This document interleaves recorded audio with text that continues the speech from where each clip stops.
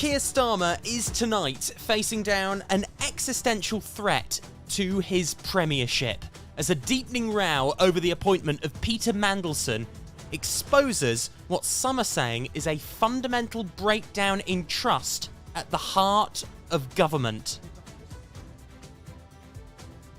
The Prime Minister has admitted he was not told that Mandelson failed the highest level of UK security clearance before being appointed ambassador to Washington, raising serious questions about oversight, accountability, and who is really in control of the British state. Also tonight, 2 MRP polling models predicting seismic results in the devolved contests in Scotland and Wales coming up that could be the 2 most consequential contests in the history of devolution in these islands. Following on from that, a look at the state of polling. Again, mere weeks away, 2.5 weeks away from what could be the most significant set of local elections in the modern history of local government in this country, with the political landscape fragmenting like never before.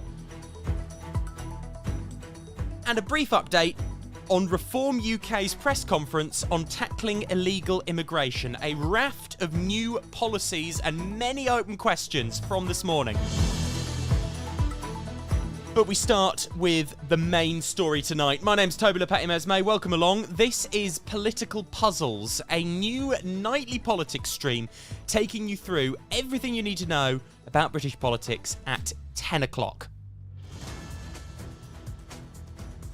The government is facing another bout of sustained scrutiny over the appointment of Peter Mandelson. The stories have been going all over the weekend. It emerged he did not pass developed vetting. That is the highest level of UK security clearance required for access to highly classified material. According to reporting over the past week, concerns were raised during Mandelson's vetting process. It's unclear what these were regarding, but it appears unlikely they were connected to his previously reported links to Jeffrey Epstein. Despite the outcome of the vetting process, the appointment proceeded.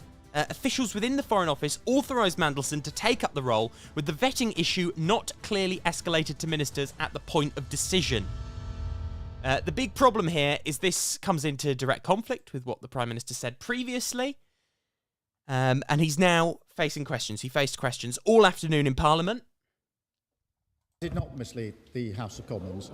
I accept that information that I should have had, and information that the House should have had, should have been before the House, but I did not mislead the House, and that's why I've set out the account in full. The government has initiated multiple inquiries into the handling of the process, including how the vetting decision was communicated and whether established procedures were followed. A senior civil servant connected to the case has been removed from their role. This is Ollie Robbins, who was the permanent secretary in the Foreign Office. He'll be speaking to a parliamentary select committee tomorrow in what could genuinely be a make-or-break moment for the Prime Minister.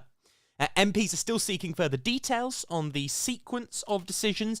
Breaking this evening as we speak, Kemi Badenoch, the leader of the Conservative Party, of course, and leader of the opposition, has confirmed she's been granted an emergency debate in Parliament tomorrow, so, quote, I can keep pressing to get to the bottom of this mess. She says, Keir Starmer didn't answer my questions today, but he did tell Parliament that his ambassador in Washington was a risk to our national security. That is shocking. There's massive attention on the diplomatic implications of this situation, given the importance of the Washington posting within the UK's foreign policy and intelligence relationships, and the seriousness of someone that didn't pass that vetting process being appointed, not least apparently without the Prime Minister being informed. This is what Sir Keir Starmer was trying to clear up in the House of Commons today. The key point is, if he straightforwardly said what we know he said about Peter Mandelson, and he had known that the vetting was not passed all along, it would be a resigning matter. It would be a clear breach of the ministerial code. His position would be wholly untenable. Reporting, and the consensus so far, seems to be that, in technical terms, the assertion he didn't know was truthful. Why he didn't know, what questions he didn't ask, what the failings were within the state is another question, and all these things are still open. More could come out as and when, and we're certainly going to hear more tomorrow in the parliamentary debate and when The former Permanent Secretary at the Foreign Office, Holly Robbins, speaks to a parliamentary select committee, which will probably be the most important moment of the day. This is a chunky bit, 5 minutes or so, of Sir Keir Starmer at the dispatch box today. It's very important. He came with a binder full of facts and figures and pieces of paper and attempted to set out clearly the position as he sees it.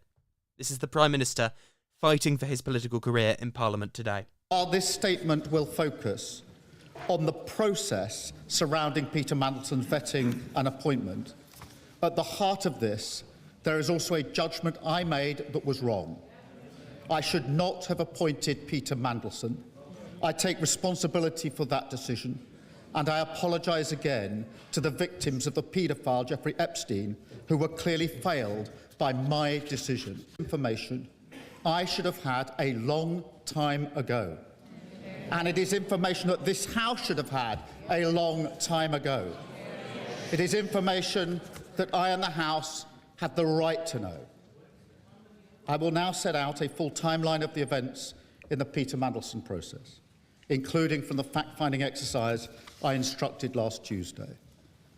Before doing so, I want to remind and reassure the House that the Government will comply fully with the humble address motion of the 4th of February. Mr. Speaker, in December 2024, I was in the process of appointing a new ambassador for Washington. A due diligence exercise was conducted by the Cabinet Office into Peter